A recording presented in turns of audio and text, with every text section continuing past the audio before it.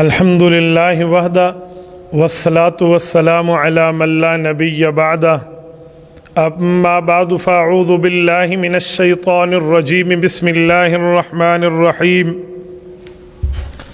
ما كان محمد ابا احد من رجالکم ولكن رسول اللہ وخاتم النبیین وكان اللہ بكل شیء علیما عن ابی ہریرہ رضی اللہ تعالی عنہ قال قال رسول اللہ صلی اللہ علیہ وسلم وأنا اللبن وأنا خاتم النبیین رواہ الامام الہمام البخاری فی صحیحہ صدق اللہ العظیم وبلغنا رسولہ النبی الامی الکریم ونحن على ذلك لمن الشاہدین والشاکرین والحمد للہ رب العالمین۔ نماز اچھی، روزہ اچھا، حج اچھا، زکوٰۃ اچھی، مگر باوجود اس کے میں مسلمان ہو نہیں سکتا نہ جب تک کٹ مروں خواجہ یثرب کی حرمت پر خدا شاہد ہے میرا کامل ایمان ہو نہیں سکتا۔ معزز دوستو، آج 31 دسمبر 2021 بروز جمعۃ المبارک ہے۔ 2021 کے سال کا اختتام اور 2022 عیسوی کا ابتدائیہ ہے۔ آج کی رات دنیا میں لوگ نیو ایئر نائٹ کے نام سے مناتے ہیں، حالانکہ اس رات میں تو اگر زیادہ سے زیادہ بھی کچھ کریں تو توبہ کر لینی چاہیے کہ اللہ ہمیں گناہوں سے معاف فرما دے جو ہم نے اس عرصے میں کیے، اور ہمارے آئندہ سال پر ہمارے اوپر رحمت فرما دے۔ حالانکہ یہ ہونا چاہیے تھا، اس سے ہٹ کے لوگوں کے ہاں ترتیب یہ ہے کہ سارے کے سارے گناہوں کی بنیاد اس رات میں رکھنی ہے۔ یہ اسلامی طریقہ نہیں ہے، یہ مسلمانوں کا طریقہ نہیں ہے، اور یہ سنجیدہ لوگوں کا طریقہ بھی نہیں ہے، چاہے وہ کوئی مذہب کیوں نہ ہو، یہودیت، عیسائیت، صابئیت یا اسلام، یہ چاروں مذاہب آسمانی مذاہب ہیں۔ ان مذہب میں کسی مذہب کے اندر اس طرح کی شراب نوشی، خنزیر کھانا اور گناہوں کی اجازت اور زناکاری اور فلاں کے معاملات کی اجازت نہیں ہے۔ اگر کوئی یہودیوں میں بھی لوگ یہ کرتے ہیں، عیسائیوں میں بھی کرتے ہیں، صابیوں میں کرتے ہیں یا مسلمانوں میں کرتے ہیں، وہ اپنی مذہبی تعلیمات کی بنیاد پہ نہیں کرتے، اپنی ذاتی خواہشات کی بنیاد پہ کرتے، کیونکہ کوئی اسلامی آسمانی مذہب اس کام کی اجازت نہیں دیتا۔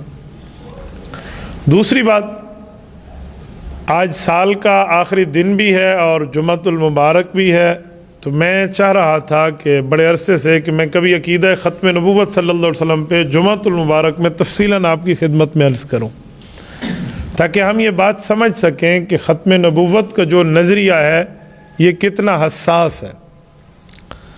یہ بات یاد رکھیں کہ جیسے اللہ رب العزت کو اللہ ماننا، صرف اللہ ماننا کافی نہیں ہے جب تک وحدہ لا شریک نہ مانے۔ صرف اللہ مانے کہ اللہ ہے، ہمارا خالق ہے، مالک ہے، رازق ہے، تو ابو جہل بھی یہی مانتا تھا، تو وہ مشرک کیوں بنا اور ابو بکر مومن کیوں بنا؟ اس کی وجہ ابو جہل اور مکہ کے کافروں کا نظریہ اللہ کے ہونے کا تھا۔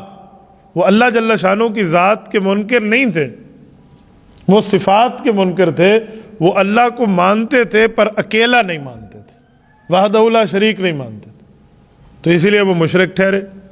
تو اللہ ماننا بھی ضروری ہے اور اللہ کو وحدہ لا شریک ماننا بھی ضروری ہے۔ ایسے رسول اللہ صلی اللہ علیہ وسلم کی ذات کے بارے میں حضور کو کوئی صرف نبی مانے، خاتم النبیین نہ مانے، اس کا بھی اسلام سے کوئی تعلق نہیں، کہ صرف ہم حضور علیہ الصلوۃ والسلام کو نبی مانتے ہیں۔ بھائی حضور پاک نبی ہیں، امام الانبیاء ہیں، حضور پر قرآن اترا ہے، رسول اللہ کا رتبہ بہت زیادہ ہے، آپ علیہ الصلوۃ والسلام وجہ مقصود تخلیق کائنات ہیں، جتنے رتبات ہیں وہ حضور کا مانتا چلا جائے، رسول اللہ صلی اللہ علیہ وسلم کی اطاعت کرتا چلا جائے، لیکن خاتم النبیین نہ مانے، یہ ایسے ہی غیر مسلم ہے جیسے اللہ کو وحدہ لا شریک نہ ماننے والا غیر مسلم ہے۔ تو ختم نبوت کی حساسیت کا اندازہ ہم لگا لیں کہ اس پر کوئی دوسری رائے نہیں ہے۔ ایک شخص تھا یمامہ علاقے کا رہنے والا، اس کا نام مسلمہ تھا۔ رسول اللہ صلی اللہ علیہ وسلم کے پاس آیا اور آ کر کہا میں مسلمان ہو رہا ہوں، قرآن کریم مان رہا ہوں، آپ کو نبی مان رہا ہوں، اللہ کو وحدہ لا شریک مان رہا ہوں، سارا مذہب قبول کرتا ہوں، لیکن ایک بات طے ہے، آپ مجھے کسی علاقے کا نبی بنا دیں، مثلا میں یمامہ کو مجھے یمامہ کا نبی بنا دیں، یا یوں آپ نہیں کرتے تو یوں کہتے ہیں کہ آپ کے بعد نبوت کا وارث میں ہوں گا۔ رسالت امام علیہ الصلوۃ والسلام کے اخلاق کتنی زیادہ ہیں کہ قرآن نے کہا وَإِنَّكَ لَعَلَىٰ خُلُقٍ عَظِيمٍ، آپ سے بڑھ کے اخلاق اس دنیا میں کسی کے ہو ہی نہیں سکتے۔ اب وہ مہمان بن کے آیا ہوا ہے۔ ہمارے ہاں اگر کچھ اس طرح کی بات ہوتی تو عام ذہن یہ سمجھتا ہے کہ خیر ہے مہمان نے دو جملے کہہ دیے، لیکن جب بات ختم نبوت پہ آئی نا تو اللہ کے رسول صلی اللہ علیہ وسلم کے ہاتھ میں چھوٹی سی چھڑی تھی جس سے زمین پر ایسے نشان لگا کر بات فرما رہے تھے، ایسے اس کو ٹیک رہے تھے۔ تو آپ علیہ السلام نے فرمایا کہ تیری ساری باتیں اپنی جگہ، اگر تو اس شرط کے ساتھ مجھے کہنا کہ یہ چھوٹی سی چھڑی مجھے دے دو تو میں یہ چھڑی دینے کے لیے بھی تمہیں تیار نہیں ہوں۔ آپ اندازہ لگائیں، کھلانا پلانا اور اکرام اور مہمان کا مسلمان ہونا اور اس کا اسلام قبول کرنا اور قرآن ماننا اور رب کو وحدہ لا شریک ماننا، یہ سب کچھ ایک طرف رکھا، لیکن ختم نبوت پہ رسول اللہ صلی اللہ علیہ وسلم نے اس سے کوئی سودے بازی نہیں فرمائی۔ اتنے نرم گوشہ ہونے کے باوجود عقیدہ ختم نبوت پر رسول اللہ صلی اللہ علیہ وسلم کتنے حساس ہیں۔ صحابہ کرام کی ذات میں آئے نا، صحابہ کرام میں سب سے نرم شخص کون ہے؟ وہ حضرت ابوبکر صدیق رضی اللہ عنہ کی ذات اقدس ہے۔ جہاں اور ہنس رہے ہوتے تھے اس موقع پہ ابوبکر رو پڑتے تھے۔ کان رقیق القلب، اتنے وہ دل کے نرم تھے۔ ایک موقع پہ رسول اللہ صلی اللہ علیہ وسلم نے صرف یوں فرمایا کہ ایک شخص کو اللہ نے کہا دنیا میں رہتے ہو دنیا میں رہو، میرے پاس آتے ہو میرے پاس رہو۔ اس بندے نے کہا میں اللہ تیرے پاس آتا ہوں۔ اتنی بات کی، کسی کا نام نہیں لیا۔ سارے صحابہ کرام بڑی خوشی سے حضور علیہ السلام سے یہ واقعہ سن رہے ہیں کہ ممبر پر اللہ کے رسول کیا بیان فرما رہے ہیں، اور ابوبکر رونے لگے۔ ابوبکر کے رونے کی آہ جب نکلی نا تو آپ علیہ السلام متوجہ ہوئے، حضور علیہ السلام نے اس واقعے کو یہیں چھوڑ دیا۔ نئے ایمان لانے والے تو ابوبکر کو دیکھ کر تعجب کر رہے تھے کہ اس بوڑھے شخص کو کیا ہو گیا، رسول اللہ کسی کا واقعہ بیان کر رہے ہیں رونے لگ گیا۔ لیکن ابوبکر سمجھتا تھا کہ ہے تو کسی کے نام سے واقعہ جو حضور پاک علیہ السلام کسی انداز میں سمجھا رہے ہیں، بات اور اشارہ اپنا دے رہے ہیں کہ میرے دنیا سے پردہ فرمانے کا وقت آ گیا۔ بخاری، مسلم، ابو داؤد، ترمذی، نسائی، ابن ماجہ، 6 حدیث کی کتابیں جنہیں سیاستہ کہتے ہیں۔ ان 6 کتابوں کو اٹھائیں، یہ حدیث حضور علیہ السلام نے یہیں چھوڑ دی اور ابوبکر رضی اللہ تعالیٰ عنہ کی دلداری کی باتیں شروع فرما دی، ابوبکر سے پیار کی باتیں شروع فرما دی۔ جو رسول اللہ اشارہ دینا چاہ رہے تھے نا، باقی وہاں نہ پہنچے، وہاں ابوبکر پہنچا۔ کتنی نرمی ہے ابوبکر صدیق کی۔ اما عائشہ رضی اللہ عنہا نے ایک بار رسول اللہ صلی اللہ علیہ وسلم کی خدمت میں عرض کیا کہ میں نے خواب دیکھا کہ ایک چاند، دوسرا چاند، تیسرا چاند، 3 چاند آئے اور میرے کمرے میں آ کر زمین میں سمو گئے۔ فرمایا جب ابا آئے تو اس سے پوچھ لینا۔ حضرت ابوبکر صدیق آئے تو اماں رضی اللہ عنہ نے پوچھ لیا۔ تو ابوبکر صدیق اسی کی تعبیر دینے کے بجائے آنکھوں پر رومال رکھ کے رونے لگے اور گھر واپس چلے گئے۔ اتنا نرم دل آدمی ہے۔ رسالت امام علیہ الصلوۃ والسلام کی جب وفات ہوئی اور حضرت اماں عائشہ کے کمرے میں قبر مبارک بنی تو حضرت ابوبکر نے کہا بیٹا وہ جو آپ نے خواب دیکھا تھا یہ پہلا چاند تیرے کمرے میں سمو گیا ہے۔ اتنا نرم دل آدمی ابوبکر، لیکن ختم نبوت پر حساسیت ابوبکر صدیق کی کتنی ہے، اور ابوبکر کا جمنا عقیدہ ختم نبوت پہ کتنا ہے، یقین مانے عقل دنگ رہ جاتی ہے۔ اسی مسلمہ کذاب نے جو حضور کے پاس آیا تھا، میں نے جیسے بات کی، یہ نبوت پر لین دین کرنے آیا تھا۔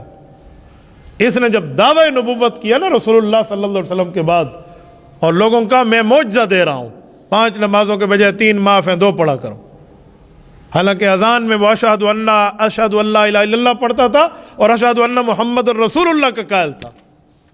وہ مسلمہ کذاب جو بظاہر دین کا پابند تھا اور اللہ کو وحدہ لا شریک مان رہا تھا اور قرآن کریم کو اللہ کی کتاب مان رہا تھا، یہ مسلمہ ابوبکر صدیق نے صحابہ کرام کو جمع کیا اور فرمایا اس کے خلاف اعلان جہاد ہے۔ رسول اللہ صلی اللہ علیہ وسلم کی وفات حسرت آیات کو ابھی چند دن گزرے ہیں۔ یہ وقت تھا جو کہا جا سکتا تھا کہ ابھی حکومت پر پاؤں مضبوط کر لیں، یہ وقت تھا کہ کہا جا سکتا تھا کہ تازہ تازہ رسول اللہ کی فرقت کا غم ہے، کہا جا سکتا تھا۔ ابو بکر صدیق رضی اللہ تعالیٰ عنہ کے بارے میں آتے ہیں کہ رسول اللہ کی وفات کا غم انہیں اتنا لگا تھا، ان کے منہ سے بعض اوقات جلے ہوئے گوشت، بھنے ہوئے گوشت کھانے کی بو آتی، حالانکہ گوشت نہیں کھایا ہوتا۔ یہ سینہ اقدس اندر سے دل جل گیا تھا حضور کی فراقت کی وجہ سے، حضور پاک کے دنیا سے جانے کی وجہ سے۔ یہ اتنا غمگین شخص ہے، لیکن حضرت عمر، حضرت عثمان، حضرت علی اور بڑے بڑے اجلہ صحابہ کو بلایا، صحابہ اہل بیت کی شورا بٹھا کر فیصلہ کیا کہ قیادت میں کروں گا اور مسلمہ تک، یمامہ تک میں چل کے جاؤں گا۔ یہ مدینہ طیبہ میں بات ہو رہی ہے، اور یمامہ 70 کلومیٹر ریاض سے دور ایک بستی کا نام ہے، اور آپ جانتے ہیں کہ 1000 سے زائد کلومیٹر ہے مدینہ طیبہ سے ریاض، یہ کیپٹل آف دا کنگڈم، سعودیہ کا دارالخلافہ یہ وہاں ہے۔ اس کے قریب 70-80 کلومیٹر دور یہ یمامہ اس وقت علاقہ ہوتا تھا، اور یہ مسلمہ وہاں کا رہنے والا۔ تو سب اس بات پہ حیران ہے کہ ابھی تازی زمام حکومت ہاتھ میں، اور ابو بکر کیسے قیادت کریں گے، اور یہ بھی مدینہ سے چلے گئے تو کیا ہوگا۔ تو جب یہ دو باتیں سامنے رکھی کہ ایک اس کے خلاف اعلان جنگ بھی ہے، اور سارے وہی حضرات جائیں گے جو حضور پاک کے ساتھ مل کر لڑا کرتے تھے، اور قیادت میں کروں گا، تو حضرت علی المرتضیٰ رضی اللہ عنہ آگے ہوئے کہ امیر المؤمنین ایک بات طے ہے کہ اس کے خلاف اعلان جنگ ہوگا، لیکن ایک بات آپ ہماری بھی مان لیں، آپ مدینہ طیبہ میں بیٹھیں گے، اللہ نہ کرے آپ کی ذات اقدس کو کچھ ہو گیا تو وہاں ان کی خوشی بڑھ جائے گی دشمن کی، کہ دیکھو ہم نے ان کو جنگ میں بھی یہ کیا اور ان کے امیر کو بھی مار دیا۔ یوں نہ کریں۔ بڑی ہی جو ہے نا کیا کہتے ہیں لجاجت سے حضرت ابو بکر صدیق کو یہ درخواستیں پیش ہوئیں صحابہ اور اہل بیت، آپ نہ جائیں، ہم انشاءاللہ کام پورا کریں گے، آپ بے فکر رہیں۔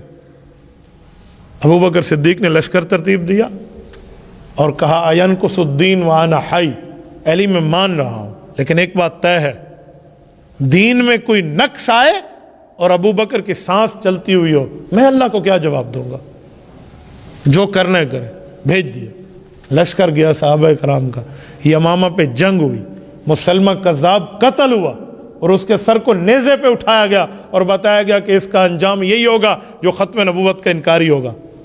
لیکن اس کے ساتھ لڑنے والے وہ فوجی تھے، وہ لوگ تھے جنہوں نے اس طرح خم ٹھونک کے لڑائی کی ہے، ایسی لڑائی پوری دور نبوی میں نظر نہیں آتی، ایسی گھمسان کی جنگ ہوئی۔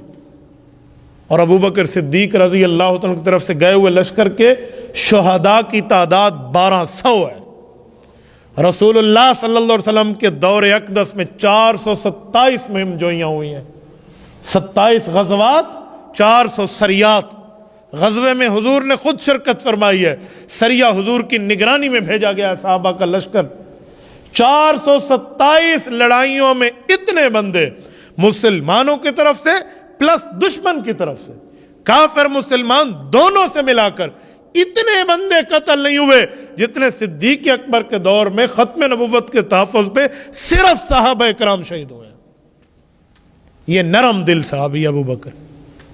ہم حدیث پاک پڑھتے اور لوگ ہر وقت سنتے رہتے ہیں، ارحم امتی بامتی ابو بکر واشدہم فی امر اللہ عمر وَأَصْدَقُهُمْ حَيَاءً عثمان وَأَقْضَاهُمْ عَلِي، او کما قال علیہ السلام، رسول اللہ صلی اللہ علیہ وسلم نے فرمایا پوری امت میں سب سے نرم دل ابو بکر صدیق ہے۔ پوری امت میں دین کے اندر، دین کی معاملات میں سب سے مضبوط تر سختی عمر فاروق میں پائی جاتی ہے، اور اپنے حیا اور شرم میں سچا حضرت عثمان جیسا دوسرا کوئی نہیں ہے۔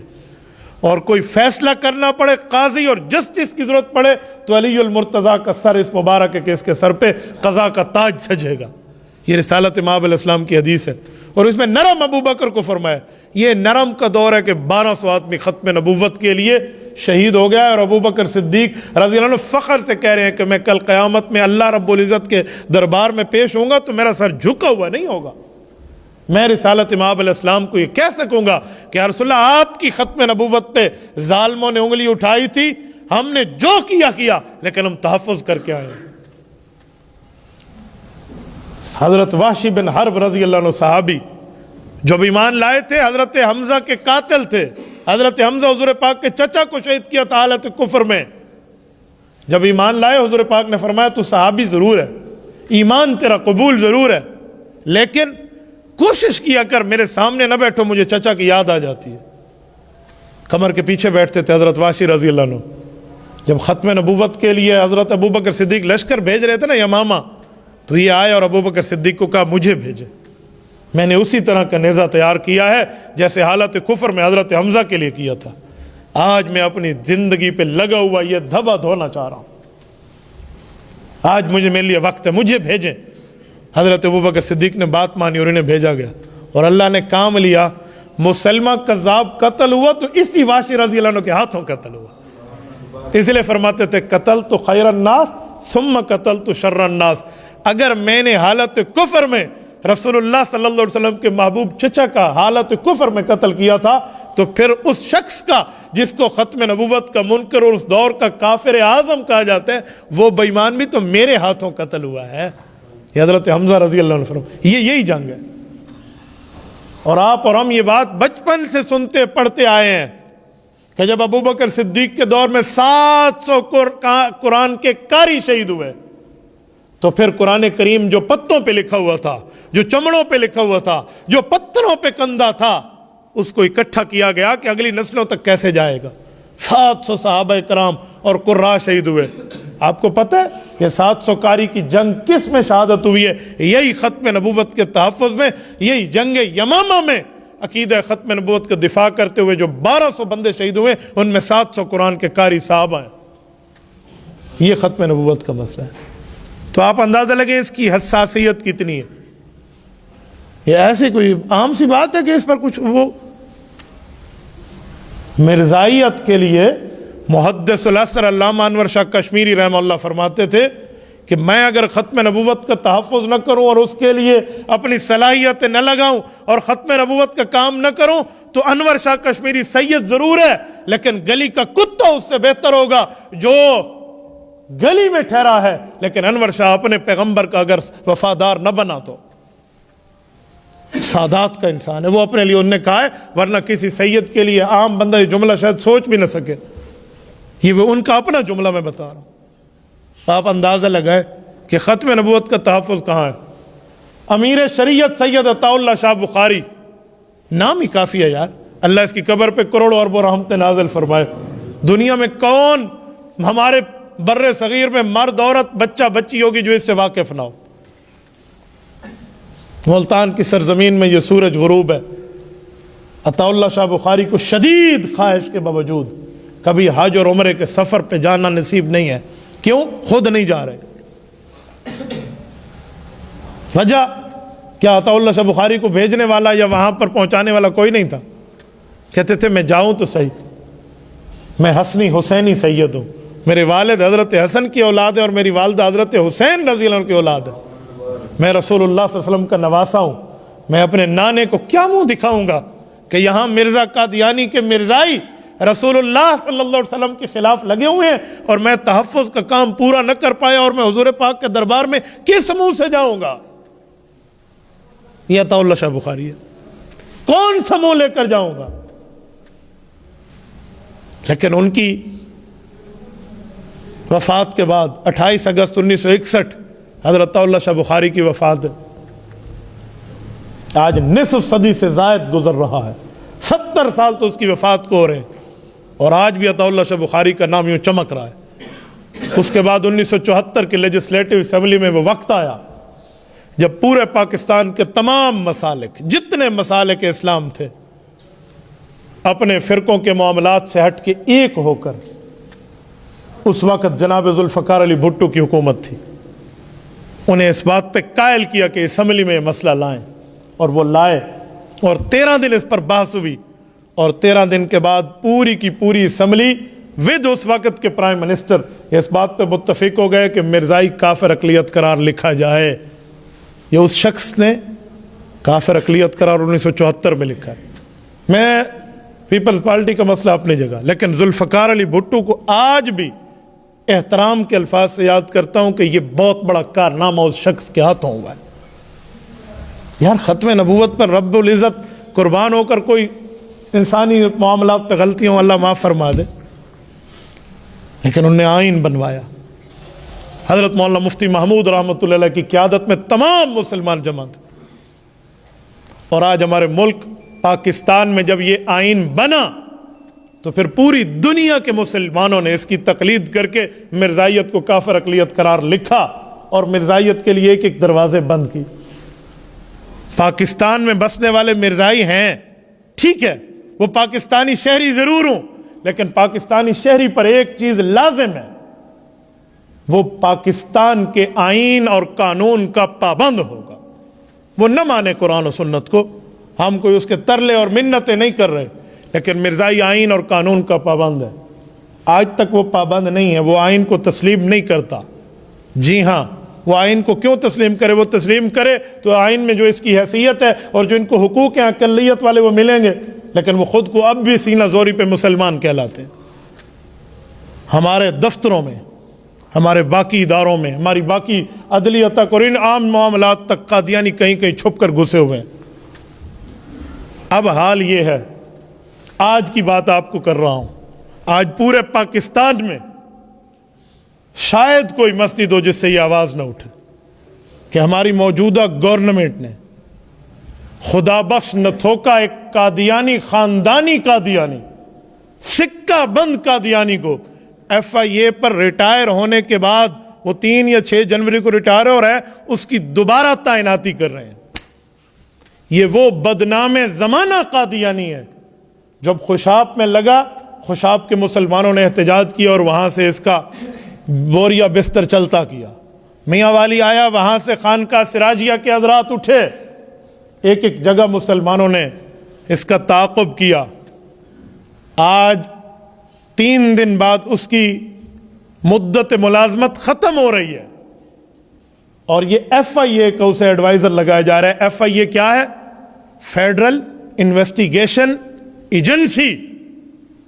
آپ ذرا سرچ کیجئے، گوگل پر سرچ کر لیجئے اور چھوڑو کہ اس کے کام کیا ہے، یہ کتنی ذمہ دار ایجنسی ہے. آپ کے جتنے موبائل کا ڈیٹا ہے یہ ایف آئی اے کے تحت ہے. انکم ٹیکس کے معاملات ہیں، ایف آئی اے کے تحت ہیں. ایئرپورٹس کی سیکورٹی ہے، یہ ایف آئی اے کے تحت ہے. ہمارے جو بارڈرز ہیں جسے ہم اپنی سرحدات کہتے ہیں، یہ سرحدات انہی کے تحت ہیں. انٹرپول میں کسی پاکستان کے غدار کو پوری دنیا کے کسی ملک میں بیٹھے ہوئے گرفتار کرنا ہے تو ایف آئی اے کی ذمہ داری ہے.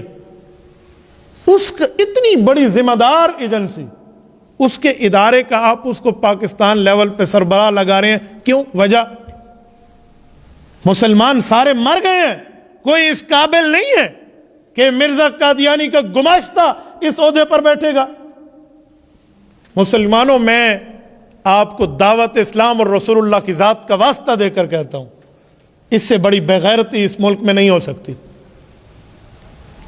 کتنے دنوں سے روڈ بلاک ہو رہے ہیں، احتجاج ہو رہے ہیں، مساجد سے آواز اٹھ رہی ہیں، یوم احتجاج منایا جا رہا ہے، لیکن ہماری گورنمنٹ ٹس سے مس نہیں ہو رہی. اور یہ بھی یاد رکھیں، یہ ایف آئی اے کس کے تحت ہے؟ آپ گوگل سرچ کر لیں، آپ کو سمجھ آ جائے گا. وقت کا وزیر اعظم ایف آئی اے کا سربراہ ہوتا ہے، اس کے تحت یہ ایجنسی کام کرتی ہے. یہ جو کہا جاتا ہے کہ یہ گورنمنٹ لائی گئی ہے بیرونی ایجنڈے پہ، اس کا معنی ہے سچی بات ہے. اور یہ پہلی بات نہیں ہے، پہلا موقع نہیں ہے. گورنمنٹ آنے کے بعد پہلے عاطف میاں قادیانی کو وزیر خزانہ کے عہدے کے ساتھ مشیر خزانہ بنایا جا رہا تھا.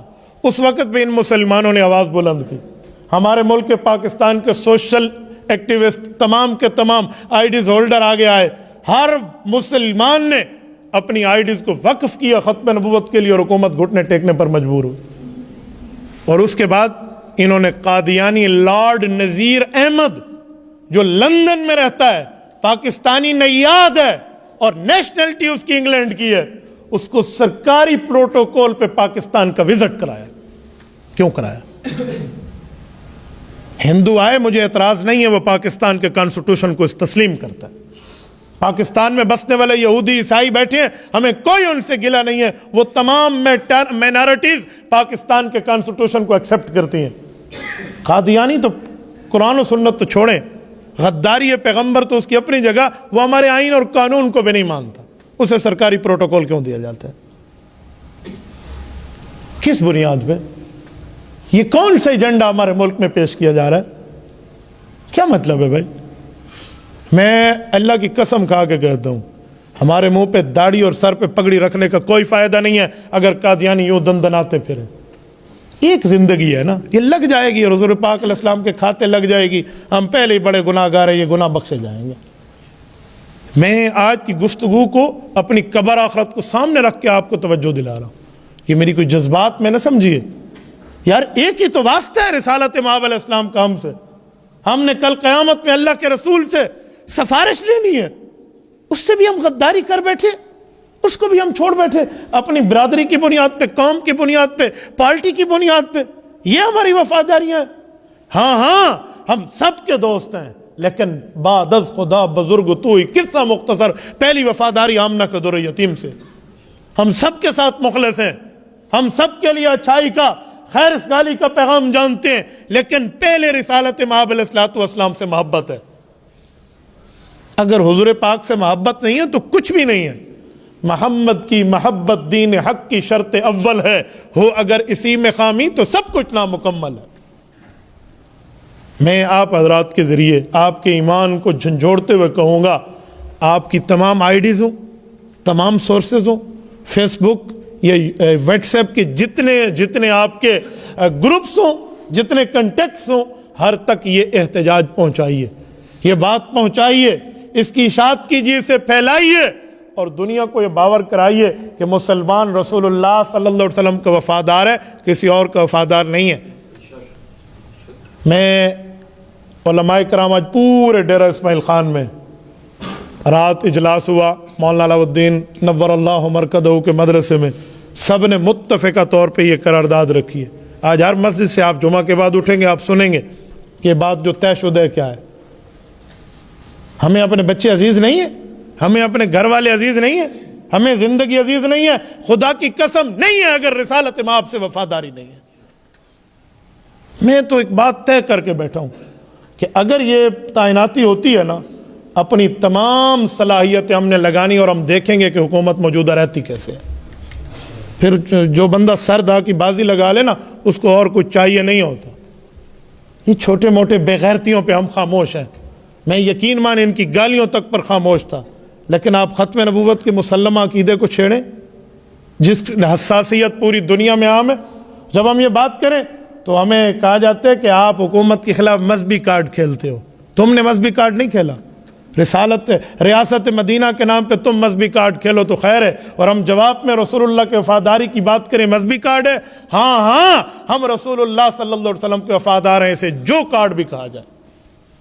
یہ ہمارے آئین اور قانون کا مسئلہ ہے، قرآن اور سنت کا مسئلہ ہے، مذہب اسلام کا مسئلہ ہے۔ میں آپ حضرات کی وساطت سے پوری دنیا تک یہ بات پہنچانا چاہ رہا ہوں۔ یہ انٹرنیٹ کے ذریعے پوری دنیا میں ہمارے 1 ملین پلس 3 لاکھ فالوورز ہیں، ایک کلک پر ملینز آدمی تک یہ بات جا رہی ہوتی ہے۔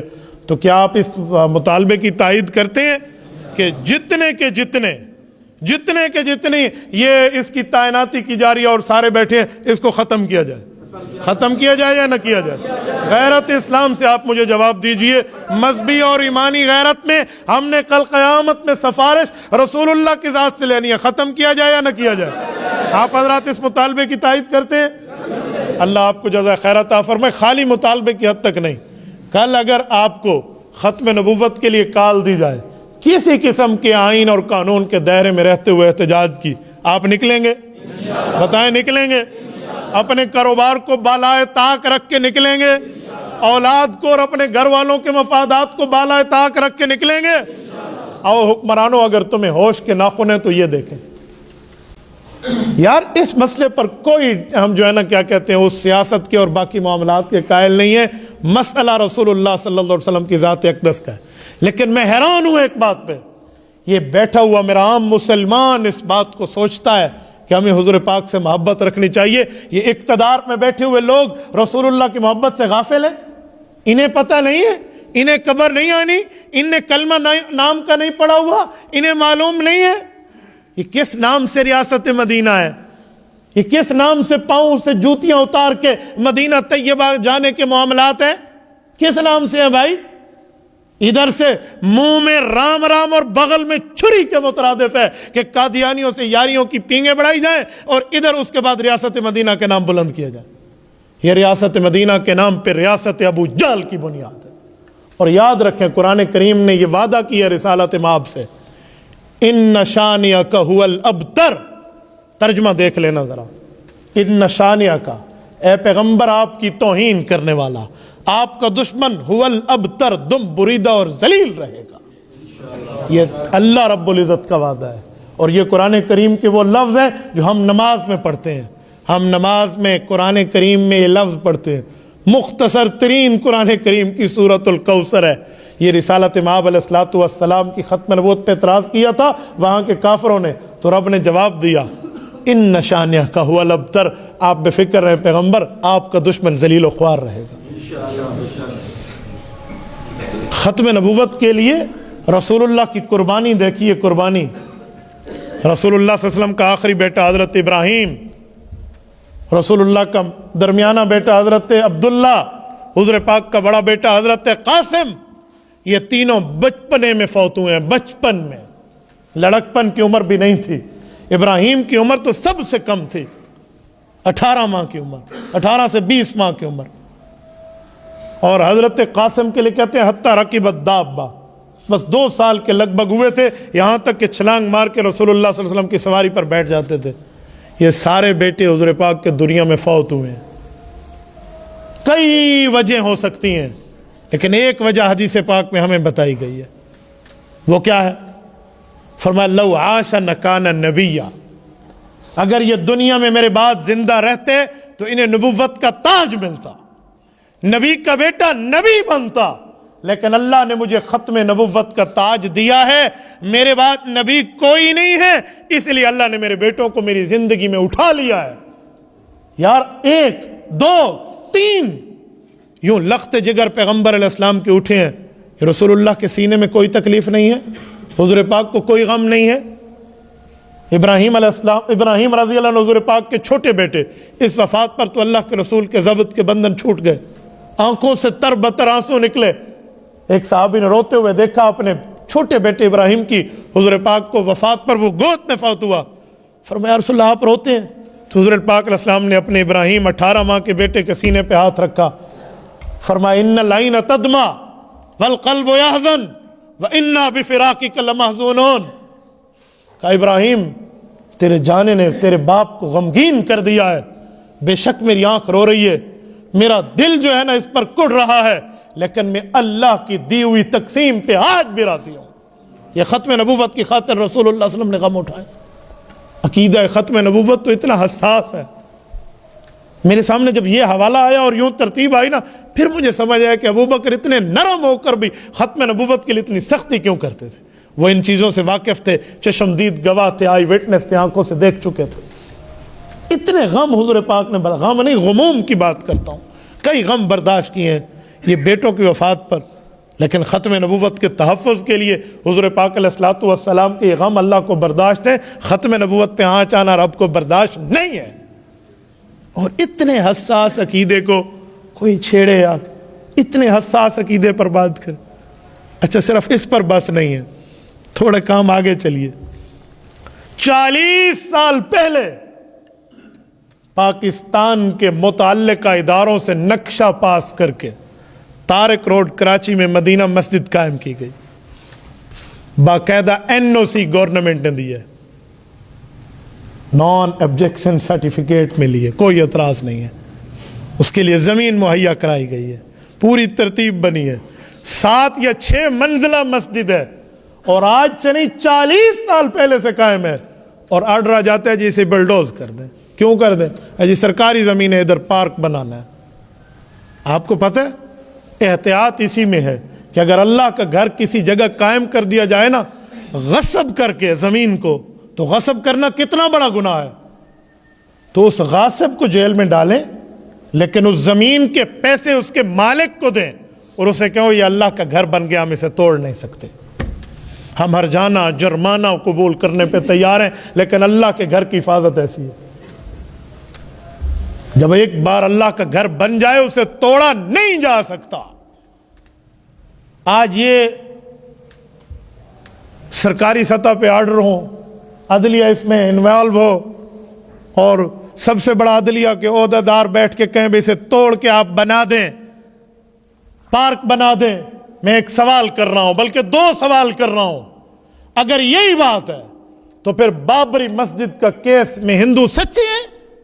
انہوں نے مسجد کو گرایا، پورے ہندوستان کے مسلمانوں نے کہا ہم اپنے سب کچھ بیچ کے اس کی قیمت تمہیں منہ مانگی دینے کے لیے تیار ہیں، اللہ کے گھر کو نہ توڑو۔